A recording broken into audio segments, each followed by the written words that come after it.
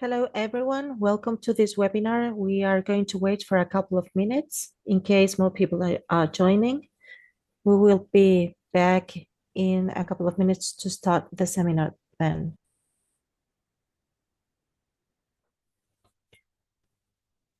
Hello, everyone, and thank you for being here for attending this cycle of e-conferences on sustainable development goals.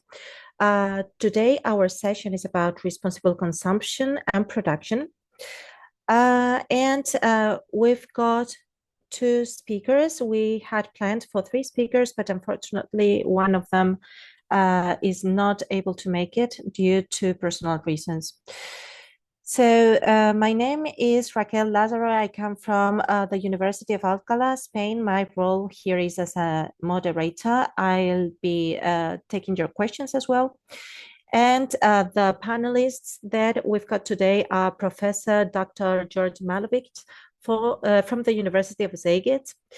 And unfortunately, Professor Dr. Sinem Kavak from Lund University is not able to make it, but we will also have the virtual presence of Andrea Campos, a PhD student from the School of Economics and Management of the University of Porto. The presentations, as we are going to have just two presentations this time, the session is going to be shorter, but I'm glad to say that the interventions of the speakers might be a little bit longer to compensate. So I hope you enjoy the session. Well, let me remind you that you will be able to ask questions using the Q&A tool. A couple of questions will be answered after each presentation, but the bulk of questions, I anticipate there will be more than two questions for each panelist, will be answered when both speakers have finished their presentations.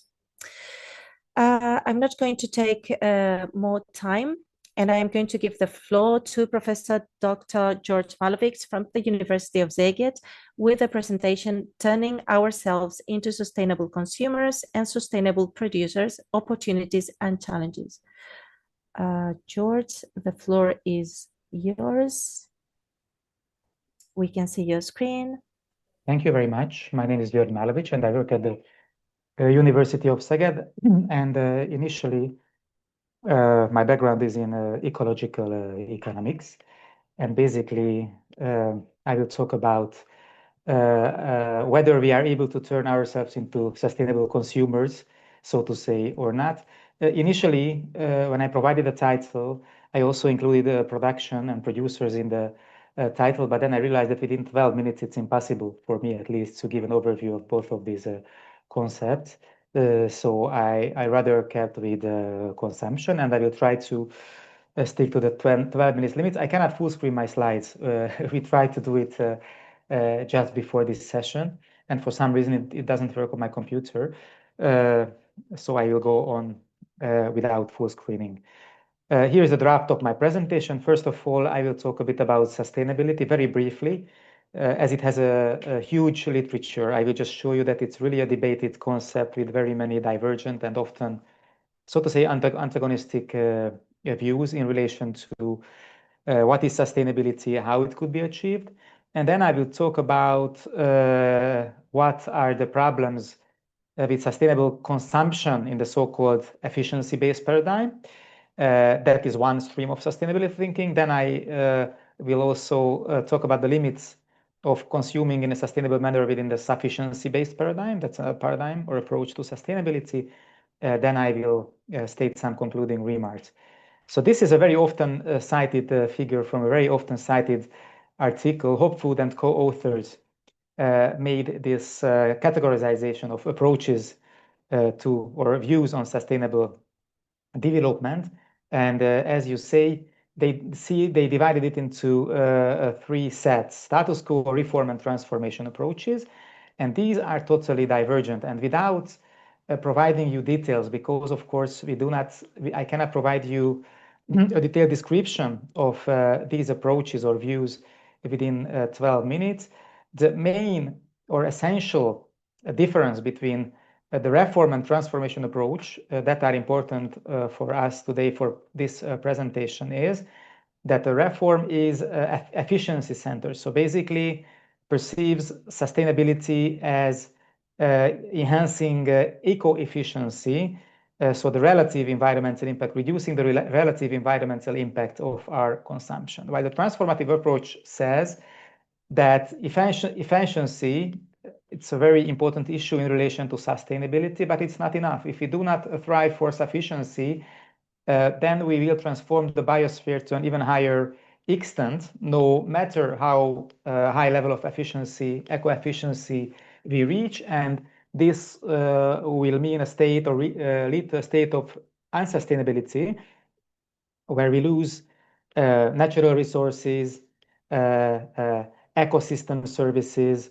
environmental services, no matter how we call these. These have different names in the literature. And this loss of all these resources will have a serious negative consequences, significant or fundamental negative consequences on our well-being, so on our lives. And now I turn to sustainable consumption with these different paradigms or views on sustainability. First, to the efficiency-based paradigm. I did timed the slide, animated the slide, but as I cannot full screen it, you see the whole slide, so I will try to explain it without animation. So I pick one example of sustainable consumption in the efficiency-based paradigm, and this is renewables. And it's a very nice thing, and within this paradigm, it's a very important element of sustainable consumption in case we turn to renewables instead of non-renewable energy sources. However, there are at least three problems or limitations to this approach. The first one is related to cooperation or desertion. So what if others don't do it? Sustainability is essentially a global concept, and we are only one by the approximately 8 billion person who live at Earth. So what happens if no one else turns themselves into green consumers? The other thing is problem shifting. So there is no technology that doesn't have an environmental impact. So even though, for example, solar panels have a better environmental performance in relation to greenhouse gas emissions and thus in relation to the global problem of climate change, these lead to a lot of other environmental concerns. I will not go into details, but the figure there shows a few examples to that, from biodiversity to electricity, the impact of electricity production and mining activities, and so on and so on. And the third one, and this is as much as important as the previous ones, is the so-called rebound effect. So what happens if I install, for example, solar cells or apply any other environmentally effective technologies?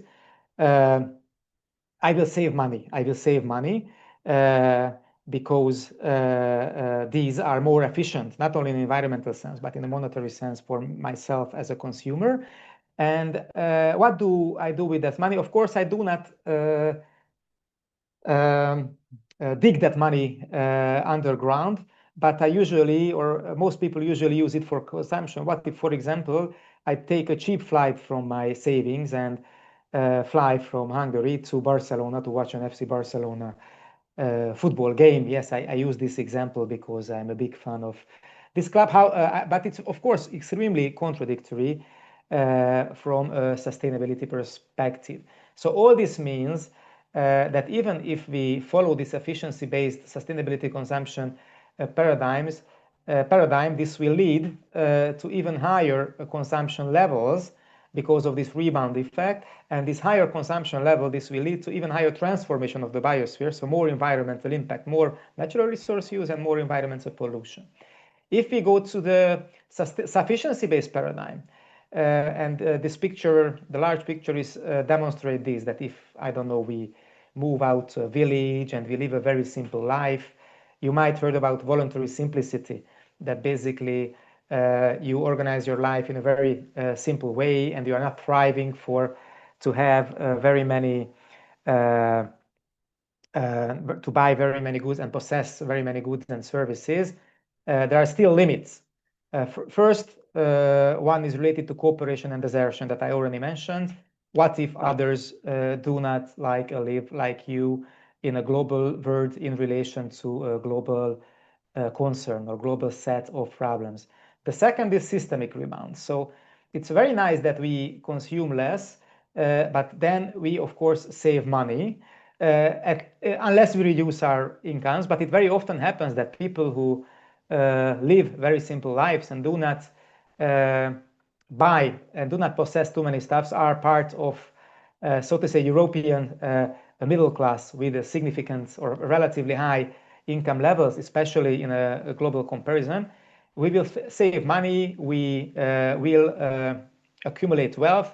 What do we do with our money? If you don't spend it on consumption, we usually have savings. We put our savings into, I put a bank there, but we can put the savings to any other forms of savings. But this will still fuel the global economy, and this will still lead to a rebound, because this money or wealth or income will be utilized by others for more production and consumption. This is the logic of global capitalism that we are living in. And this once again means that our personal lifestyle in itself will not contribute to the reduction of the use of environment, transformation of the biosphere, environmental resource use, and environmental pollution. And the third picture is about a group of people who are freegans. So basically, they are trying to eat or feed themselves from the food that is unnecessary for us, that is a waste for the majority society or for ordinary people. Can we accept, so is it realistic to accept that very many of us opts for voluntary poverty and starts to live a life a bit outside of the society, so to say, without striving for at least a kind of a socially expected level of material well-being? Probably not. As I mentioned, or what I wanted to show here is, to go on with my concluding, or go to my concluding remarks, is that on one hand, the evaluation of the sustainability of consumption depends on the sustainability paradigm. Sustainability thinking is rather diverse, and based on which paradigm we pick, based on which paradigm we consider as a valid one that explains socio-economic processes and environmental processes in related to sustainability or sustainable development, different acts of consumption are going to be evaluated differently in relation to their contribution to sustainability.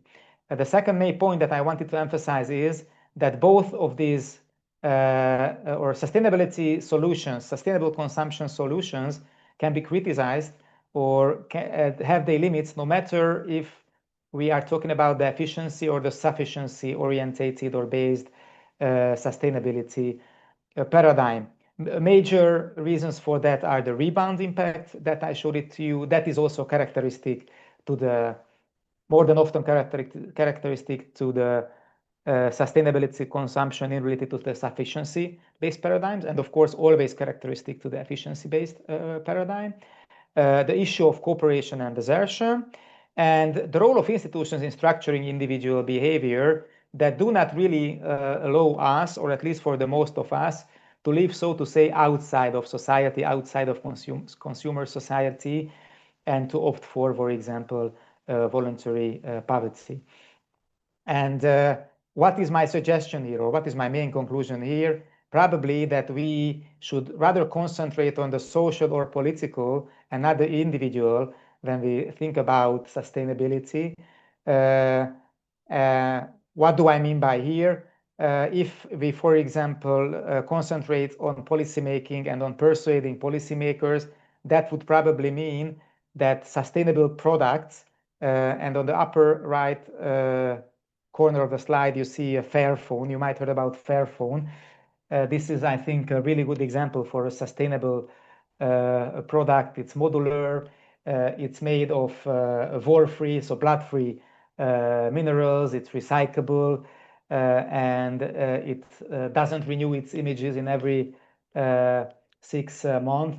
So it doesn't want to persuade the consumer to buy a new phone before it is indeed broken.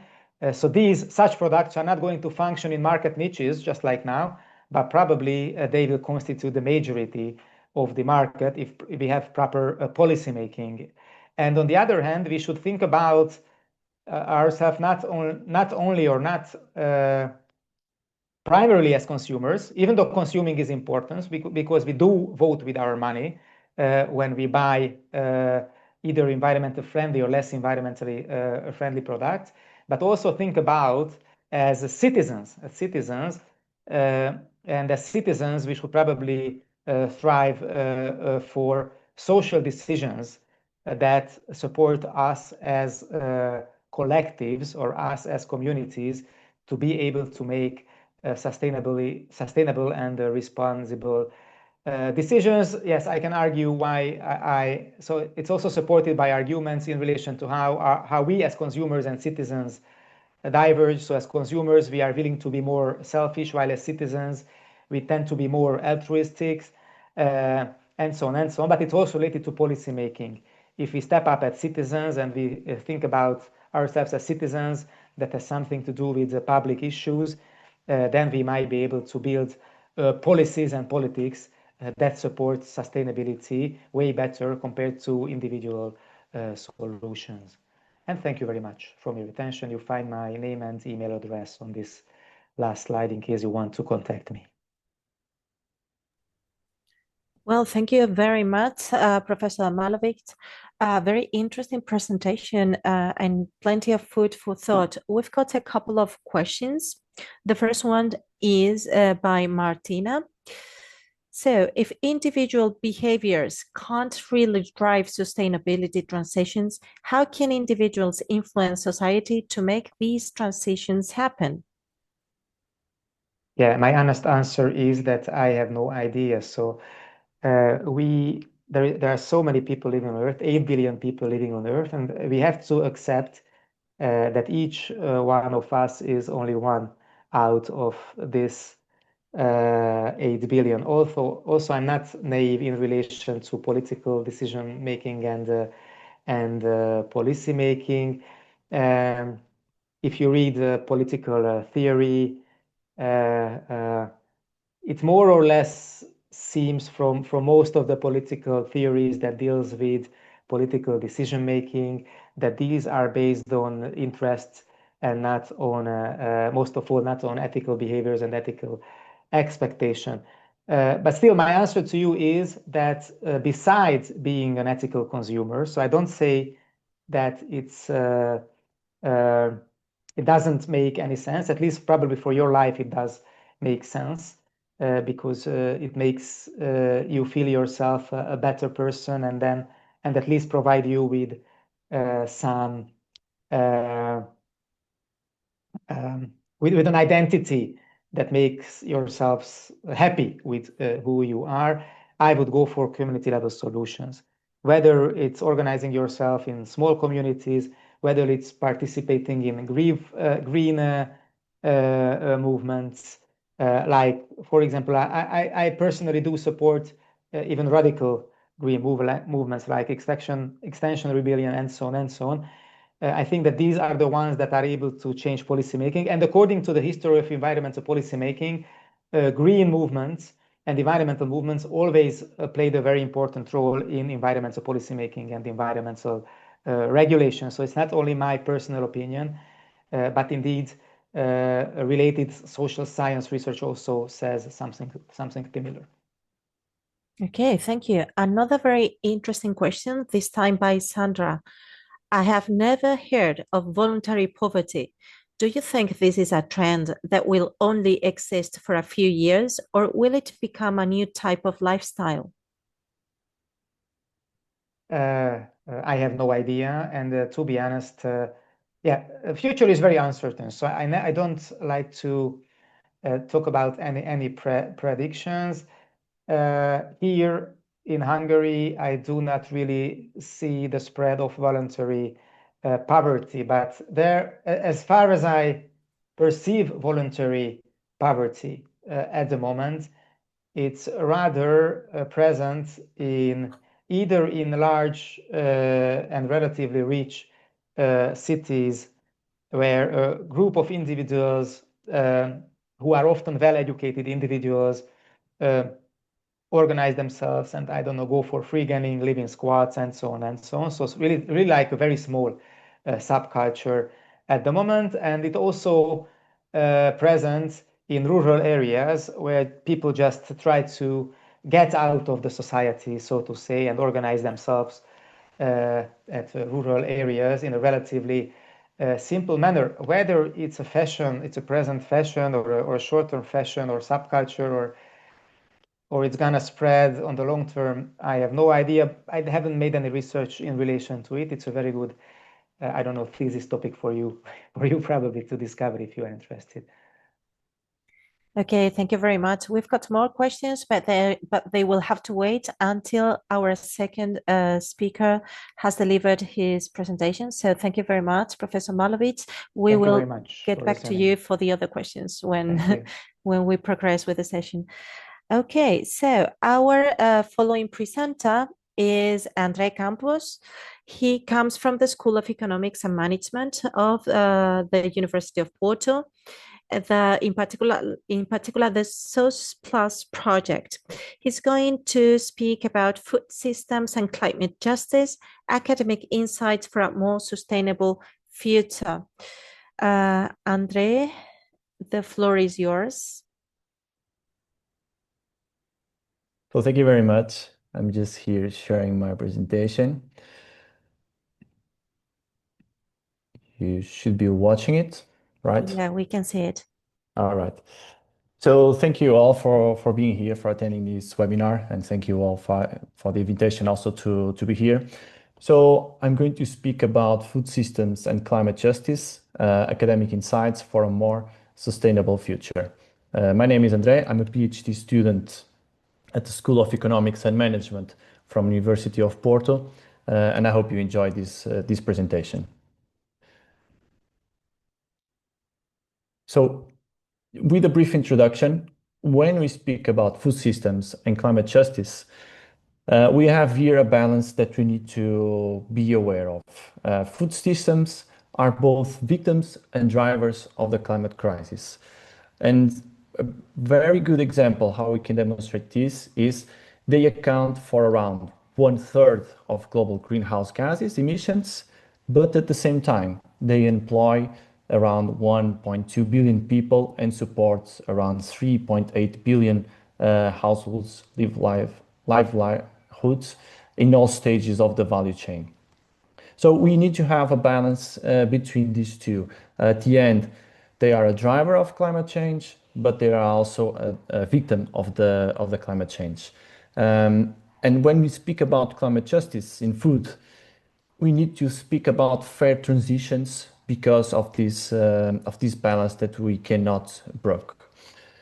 We need to ensure that sustainability don't come at the expense of all costs, and that we can balance this urgency that we need for this climate crisis with social equity that is associated with that. There are several initiatives and plans and strategies globally. In here, I'm bringing some strategy that is more focused on Europe, which is the Europe's Green Deal, and inside that the Farm to Fork, for example, which is a strategy that aims to balance sustainability, traceability, and equity. But still, those strategies, they remain kind of fragmented in the implementation that they have. It's really interesting to see them. It's really interesting to see the results so far. They are drivers also for this climate justice and for food systems that are more justice. But even though there's a lot of work to do here. And one of the curious things about being a PhD student and having my PhD research and being today speaking about the food climate systems is that my PhD is not about these food systems. My PhD is about blockchain and fashion sustainable development focusing on industrialization, innovation, infrastructure, and mainly focusing, for example, on Sustainable Development Goal 9, and also onboarding the 12 because of the brands that manufacturers in these fashion manufacturers all over Europe.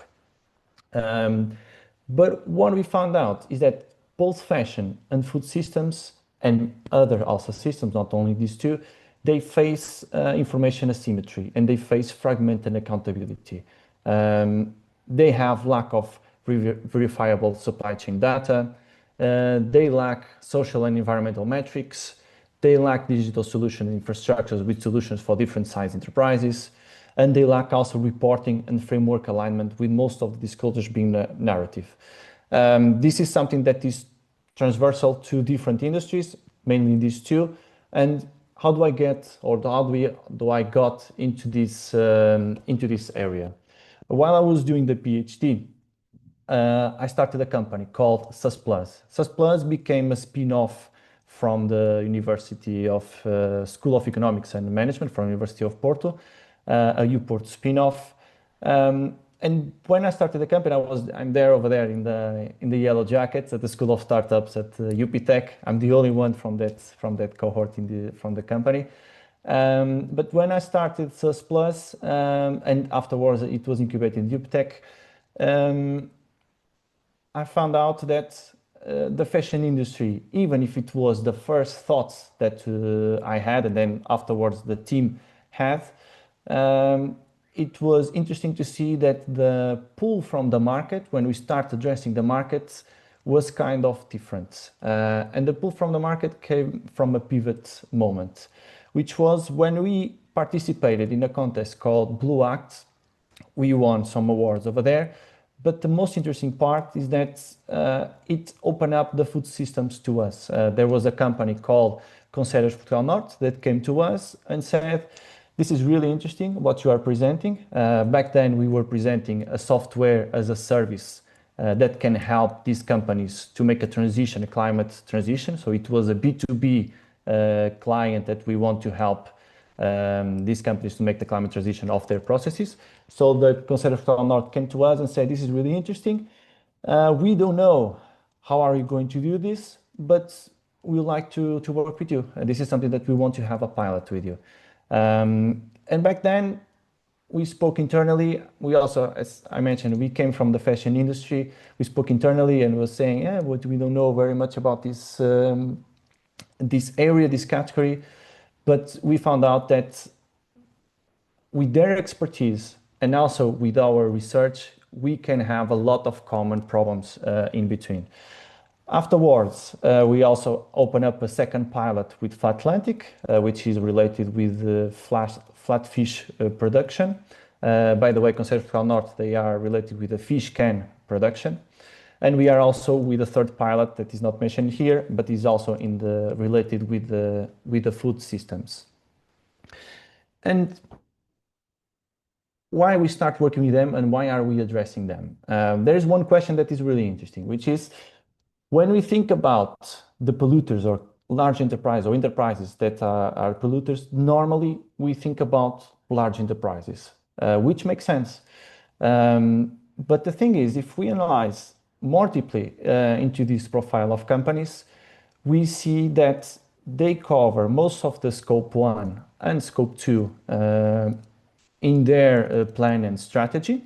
By the way, for whom is not familiarized with scope 1 and 2, scope 1 is the emissions from the sources that the company owns or directly controls. And the scope 2 is the emissions from the generation of electricity, heat, or steam that the company buys or uses. Most of these emissions comes from the scope 3, which is outside of what they can directly act within their companies, within their enterprises. And 90% of their emissions are in the scope 3.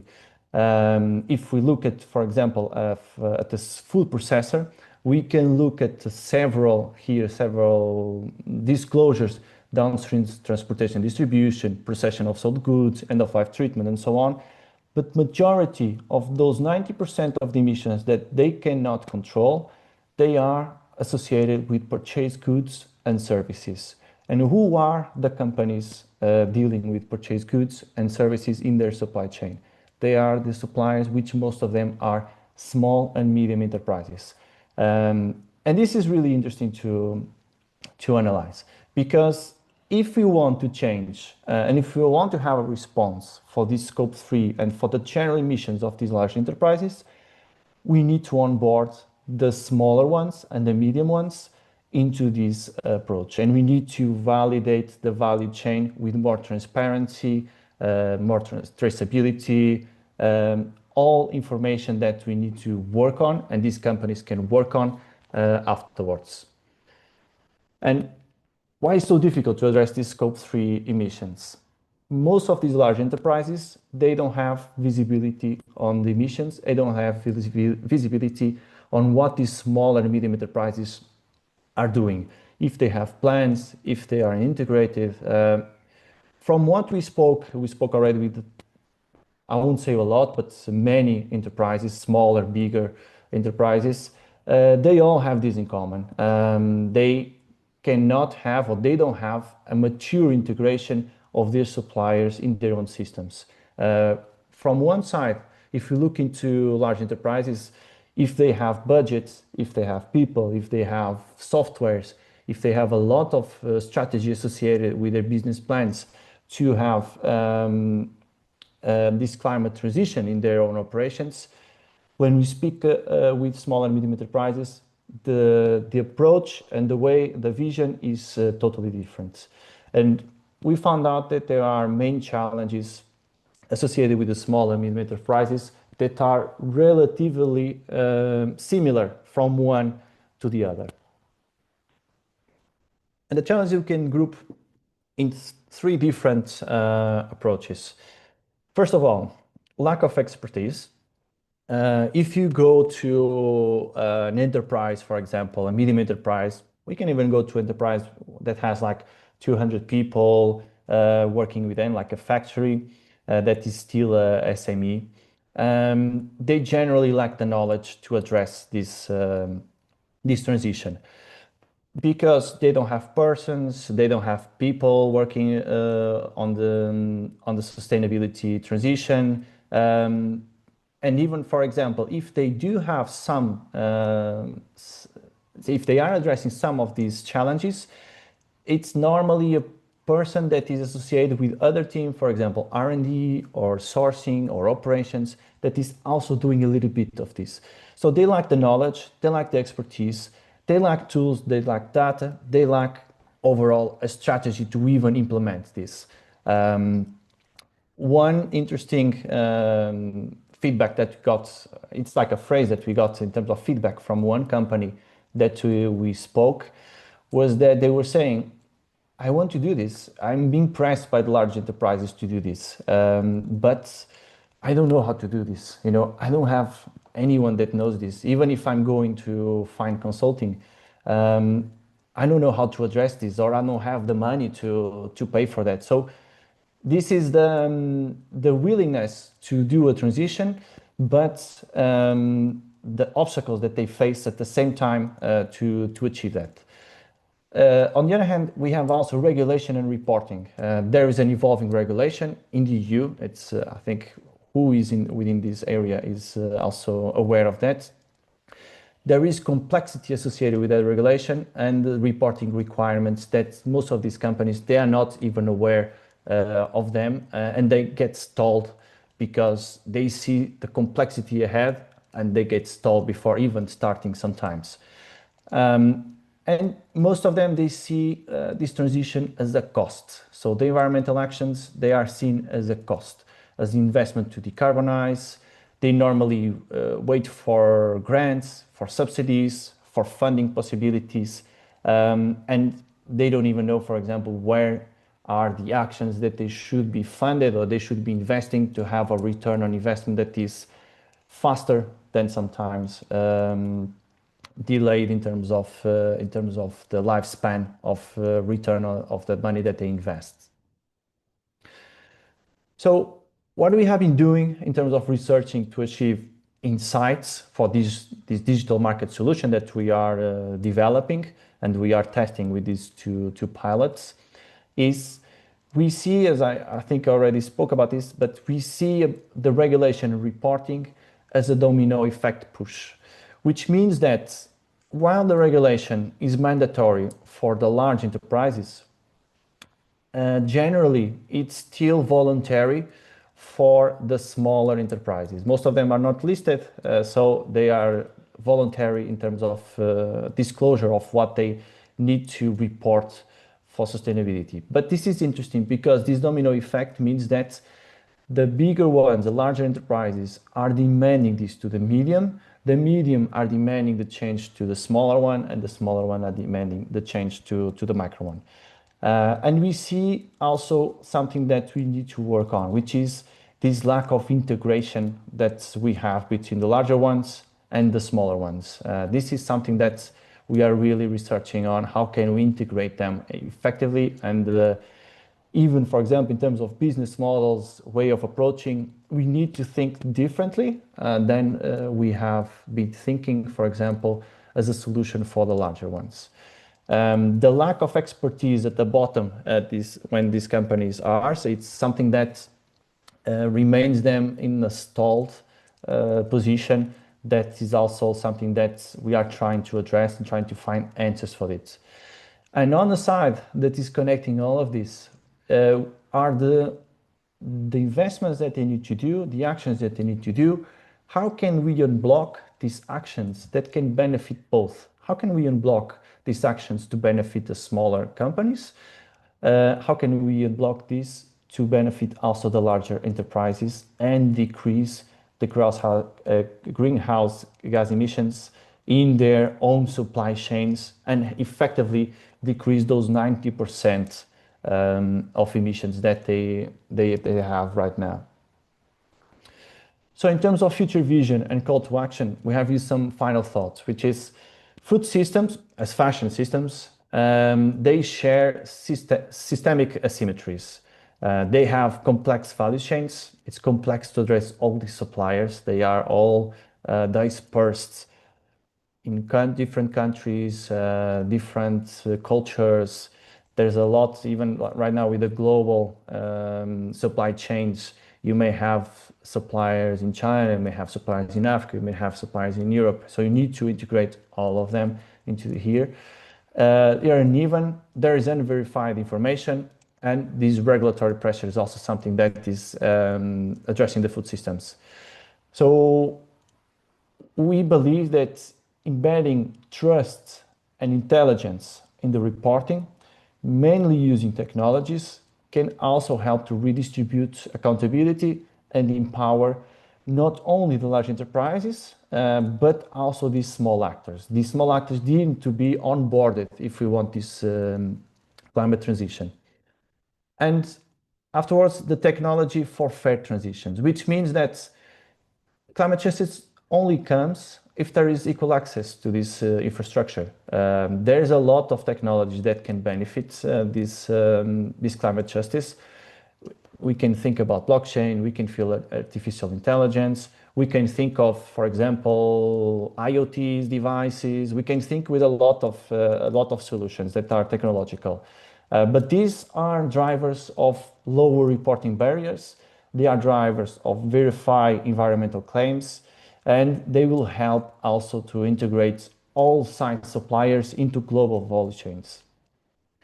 So at the end, what we need is, before we go for transition and for decarbonization plans, for example, we believe that we need food systems that are fair and are transparent.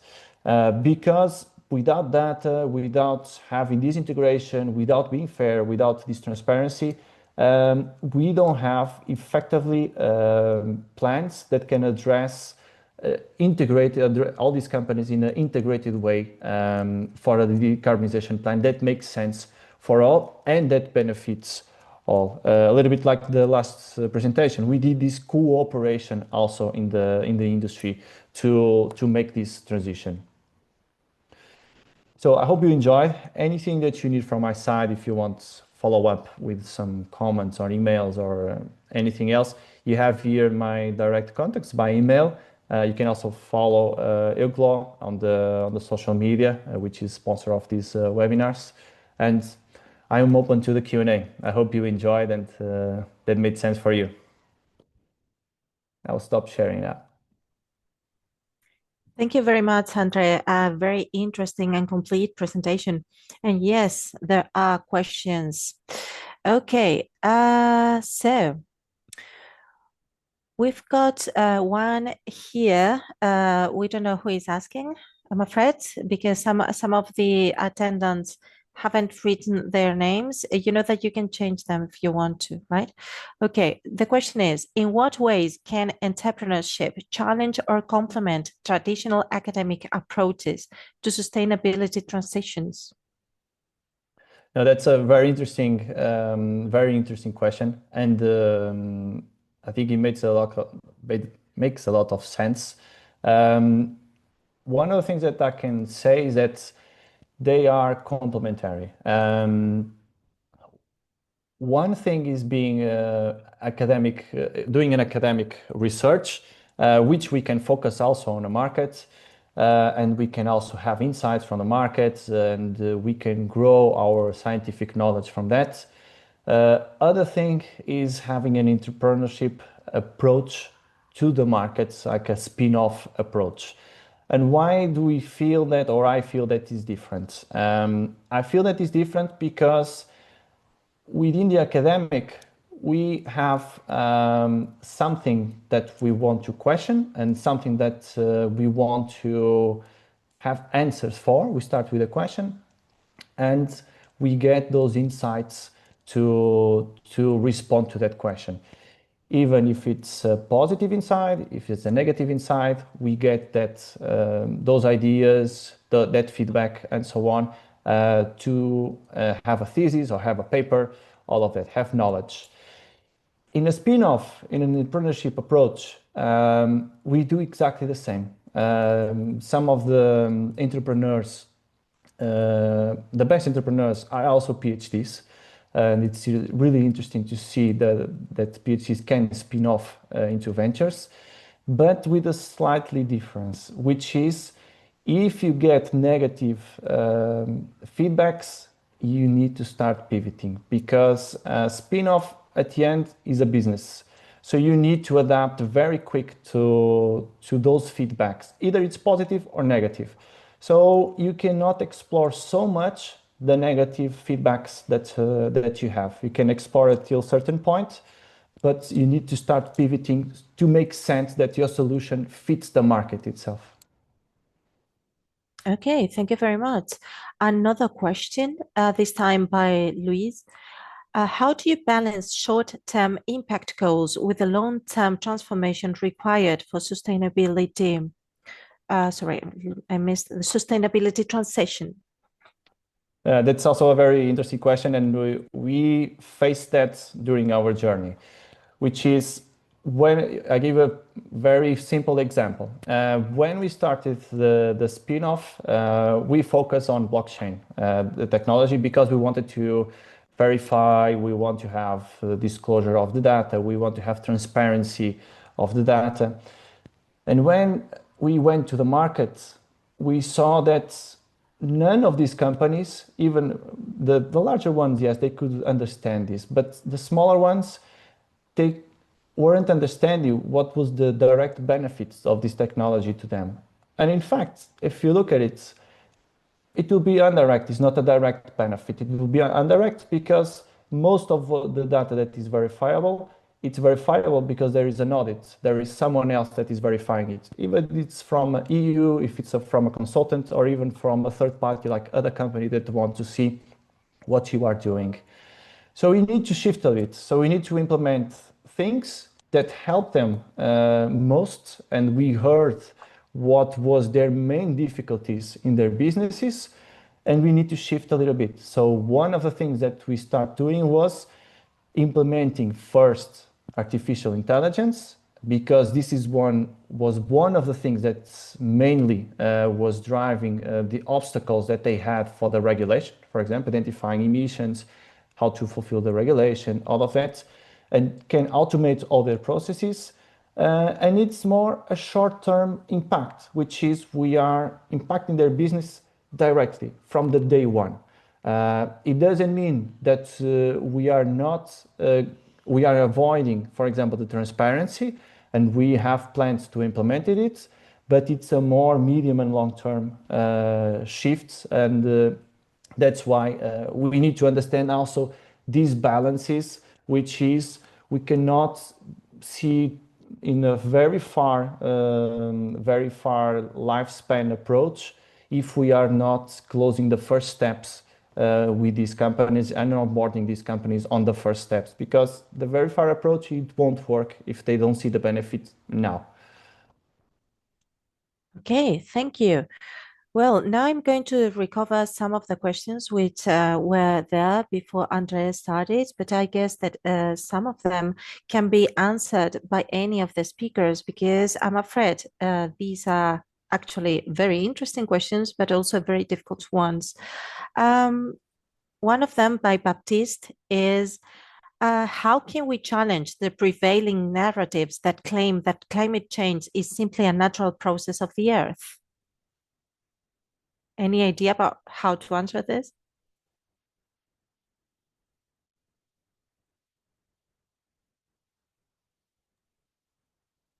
I can start.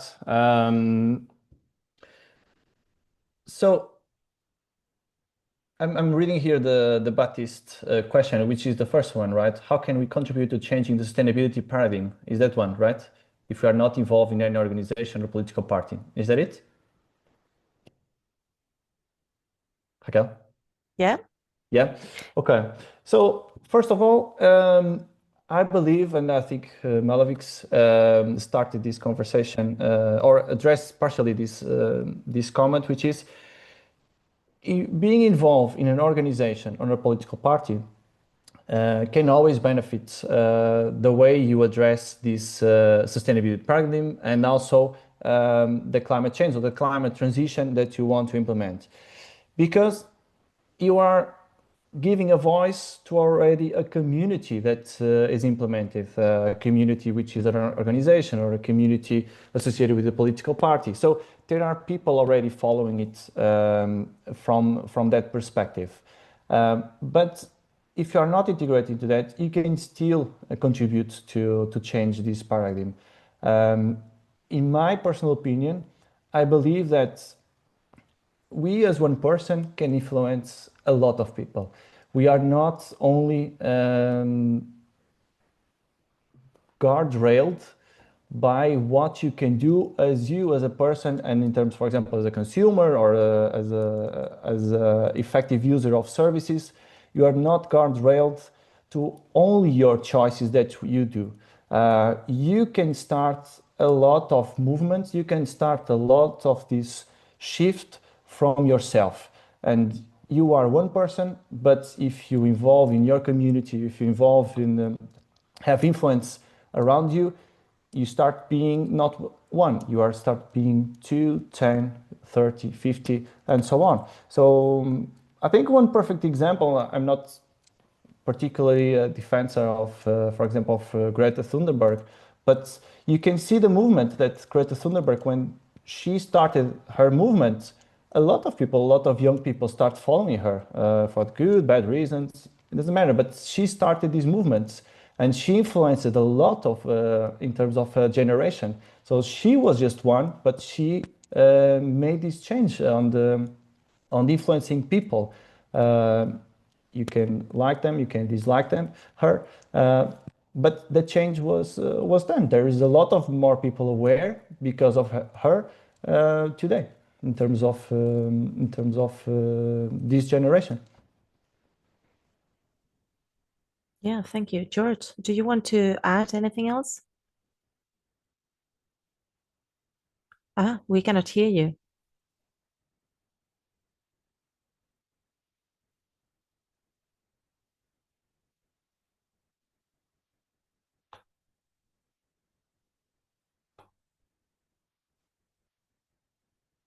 But your mic seems to be on. I don't know what is happening. If you can, I can continue answering some questions while. Yeah, let's do that until we can solve the problem with Professor Malovic's mic. Okay, there is another question which is quite interesting. Do you think emotional intelligence could play any role in awareness of environmental sustainability? Yeah, I do. If you look, for example, if you look at the reports that, for example, brands have today, reporting what are their measures, what their initiatives, all of that, most of what you find in the market for small and medium enterprises, they are narratives. They don't have, they are not backed by certifications. They are not backed by trust or any verifiable data, which I don't support. But even though there is a lot of awareness of measures, environmental sustainability solutions or initiatives, that comes from that comes from our emotional side to be connected to some of these narratives. Either it's from companies, either from individuals. So yeah, I believe so. That's this can also influence. Yeah. Yeah, I think we cannot still listen to Professor Malovic. No, still not solved. So Andrea, you will still be answering. I promise I won't keep you long and answering all the questions. But there is one which is quite nice, although we don't know who is asking. Based on your experience researching this topic, do you think that regulations and reporting requirements are hindering effective measures to ensure a sustainable transition in companies? Yeah, regulation and reporting, they are essential because if they are essential, they are a part of the solution. They are not the only solution. They are pushing a lot of the measures to be implemented, as I explained, for example, during my presentation, to be implemented in large enterprises, which creates also an effect around them that brings others to comply also to what it's demanded from them to comply with. So yeah, with regulations reporting, I think it's something that is essential. It needs to be done in a clever way. It cannot just simply be done in a straightforward way. It needs to be really thinking about who are you regulating, what are the reporting requirements, and be sensible about, in this case, enterprises or individuals need to disclose and need to comply with. But yeah, I believe that they are part of the solution. Okay, and well, I cannot see Professor Malovic any longer, so we're going to do something. I'm going to ask you a last question, Andre, and then we will see whether we finish or not, depending on what we can do with the presenters. Okay, the question is by Xiaoyu Liu. If commodity prices rise due to sustainability, will middle and lower class consumers become opponents of sustainability? Yeah, that's a very good question. I give one example to start speaking about it, which is one of the main adoption drivers, for example, of EVs, electrical vehicles, is the price. Even if people are aware of sustainability, climate transition, and all of that, the price is driving the adoption fast because they are, even if they are sold at the same price as the previous cars, they have less consumption costs, they have less maintenance. So the overall for the consumer is that if the price is lower, this is immediately something that you can easily implement in the market. There may be some struggles, for example, like financing a new car, financing solar panels, financing a lot of these options. But this is one of the drivers. And having something that it's priced higher than your standard solution, of course, from the point of a consumer, is going to be seen as an obstacle, general consumer as an obstacle. There is a statistic, I don't remember quite well the results, but there is a statistic in the European Union, which is what are you willing to pay in terms of prime price?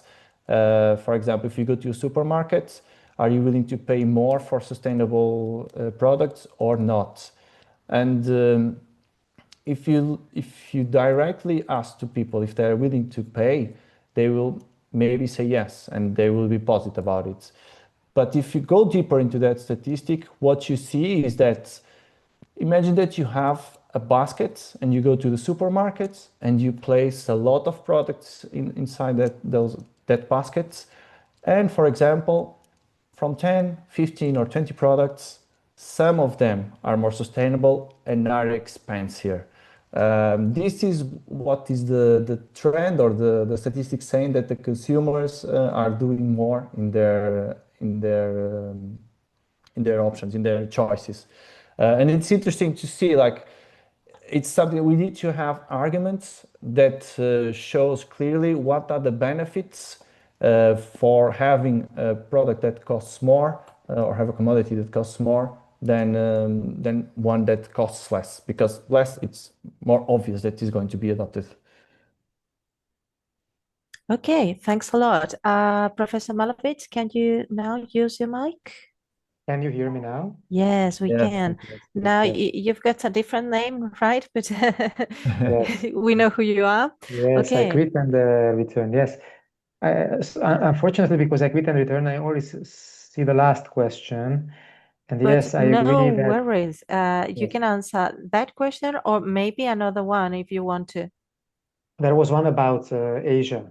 What to do if we don't want people there to be Yeah, that yeah, one is there is a huge debate about it because, of course, who we are, especially from Europe, who are, yeah, so to say, full consumers, to say anyone else not to be consumers or turn themselves to a consumer like we did. Of course, we have no moral basis to do so. On the other hand, from a sustainability perspective, it would be nice to look for alternatives that provide well-being without growth of consumption and production levels. And the concept of degrowth does a lot of research on them. So those of you who are interested in such questions, probably you should dig a bit deeper into the literature or concept of degrowth. It's clearly a transformative approach. It was not on the figure that I showed because it became popular later than the article was written by Hopwood and co-authors, but it's clearly a transformative approach and has a lot to say and thinks about both individual level transformation and systemic level transformation. As for these last questions, yes, environmental conscious consumption it's also a huge topic. So there are very many topics in relation to sustainability, and of course, one cannot be an expert in each of these topics. Never believe to people who say that they are expert in all these topics because it's impossible. There is more literature coming out that one can read, even if he dedicates all they dedicate all their time for reading special literature. This is also true for research groups. Anyhow, there is a clear divergence between stated and actual preferences. So it's even more complicated compared to what Andreas said, I think, because many people state themselves in surveys that they would pay more money for environmentally conscious services, but with other methodologies, like, for example, when we observe actual consumer behavior, people do not act what they state because social expectations, of course, influence our answers to surveys. And there is a socio-psychological background for us not paying more for environmentally friendly consumer goods. And this is basically related to how we perceive our relative income. We all compare ourselves to people who are around us. So we all think that we live from a, so to say, we all consider our material position to be close to the average, and this is true to relatively poor and relatively rich people, and we all think that if we had a bit more money, we could afford to pay more for environmentally friendly goods. But because of this comparison impact, that we do not evaluate our material position in an absolute term, but relatively to people who are closer to us and usually are of similar income and wealth, so material level, it's a serious obstacle, another serious obstacle for environmentally conscious consumption. Okay, thank you very much. I think we could close the session here because, well, most of the questions were answered, or the ones which remain are similar to the ones which have been answered in any case. And as we've got only 2 speakers today who have made a great job with their presentations and answering all the questions. Well, I think it is a good moment to close the session, thanking you all for being there, the presenters, the organizing committee who are there, Kristen and Macarena, and also all the attendants who have been there paying attention, asking their questions. I hope you've learned a lot. I've done. Thank you very much, and I hope to see you all during next e-conference. Bye-bye, and thank you very much. Thank you. Bye-bye. Thank you, Ron.